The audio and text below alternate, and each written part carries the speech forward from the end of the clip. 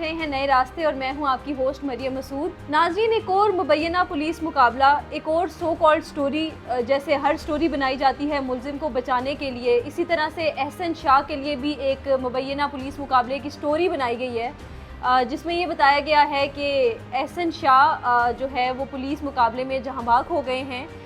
ख़बर ये मिली कि उनके जो भाई हैं वो कुछ अफराद को लेकर आए, इस तरह से पुलिस मुकाबला शुरू हुआ आपस में और एहसन शाह को सीने पर गोली लगी और वो मौका पर ही जहां बाग हो गए।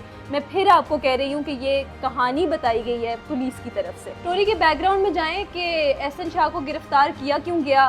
उनके बहुत अच्छे दोस्त अमीर बालाज जो कि 19 फरवरी को कत्ल हुए थे, जो कि एहसन शाह और अमीर बालाज के म्यूचुअल फ्रेंड थे, उनकी भाई की शादी थी जहां अमीर बालाज गए हुए थे और वहां पर मुजफ्फर हुसैन नामी शख्स ने जो है उन पर आकर फायरिंग की और मौका पर ही वो जहां बाग हो गए।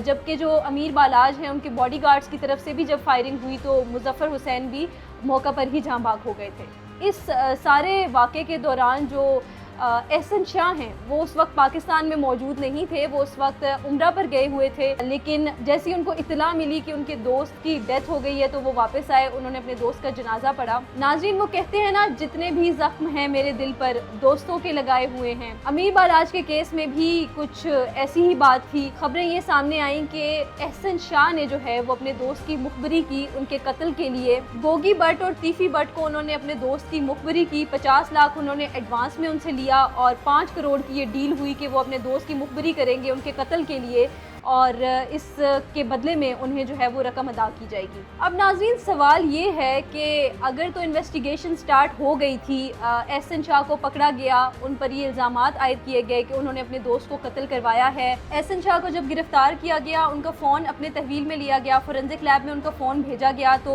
उनके फ़ोन के डाटा से ये मालूम हुआ कि तीफी भट्ट और गोगी भट्ट के साथ उनके लिंक थे आपस में और उन्होंने अपने दोस्त की जो है वो मुखबरी की थी उनको। सवाल यहाँ पर ये पैदा होता है कि अगर एहसन शाह जो है उन पर ये इल्ज़ामात आयद किए गए थे, उनको इन्वेस्टिगेशन में रखा गया था, तो इतनी आपकी कम सिक्योरिटी थी पुलिस की कि उनके भाई आए, कुछ लोगों को साथ लेकर आए, उनके सीने पर गोली बजी और उनकी डेथ हो गई। ये हर दफ़ा यही होता है। कितने सारे पुलिस मुकाबले जो हमने देखे हैं वो फेक होते हैं और यही कहा जाता है कि मुलजिम जो है वो मौका पर जहां बाग हो गया। हमेशा केसेस को बंद करने के लिए, केसेस को छुपाने के लिए मुलजिम के सीने पर गोली मार देते हैं और कह देते हैं कि जी ये पुलिस मुकाबला हुआ था और उसमें मुलजिम मारा गया। एहसन शाह और उनके दोस्त बालाज की अगर दोस्ती की बात करें तो 2010 से इनकी दोस्ती का आगाज़ हुआ था। अपेरेंटली ये कहा जाता है कि जो बालाज हैं वो काफ़ी अमीर घराने से थे, उनका ताल्लुक़ काफ़ी अच्छे लोगों में उठना बैठना था, उनका काफ़ी बड़े लोगों में उठना बैठना था।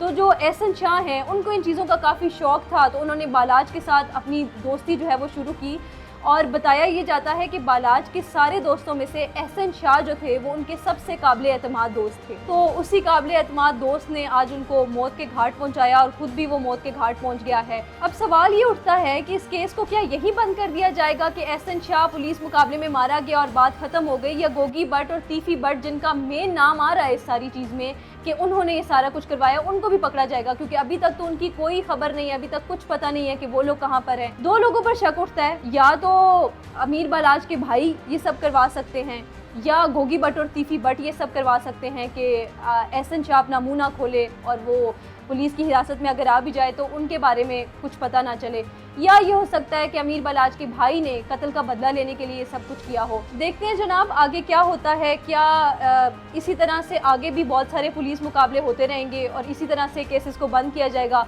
क्या कल को गोगी भट्ट और तीफी भट्ट को भी मार दिया जाएगा, या अमीर बालाज के भाई का भी कुछ कर दिया जाएगा, या दोनों फैमिलीज़ आपस में जो है वो सुलह कर लेंगी? क्या होगा ये तो फ्यूचर में ही पता चलेगा और ये तो पुलिस पर डिपेंड करता है कि वो अपनी इन्वेस्टिगेशन को कितना ज़्यादा मज़ीद स्ट्रॉन्ग करते हैं और किस तरह से आगे कार्रवाई लेकर चलते हैं। मज़ीद जो भी अपडेट्स होंगी इस बारे में हम आप तक ज़रूर पहुंचाएंगे। इससे रिलेटेड कोई भी नई अपडेट होगी तो हम आप तक ज़रूर पहुंचाएंगे। हमारे साथ जुड़े रहिए। अल्लाह हाफ़िज़।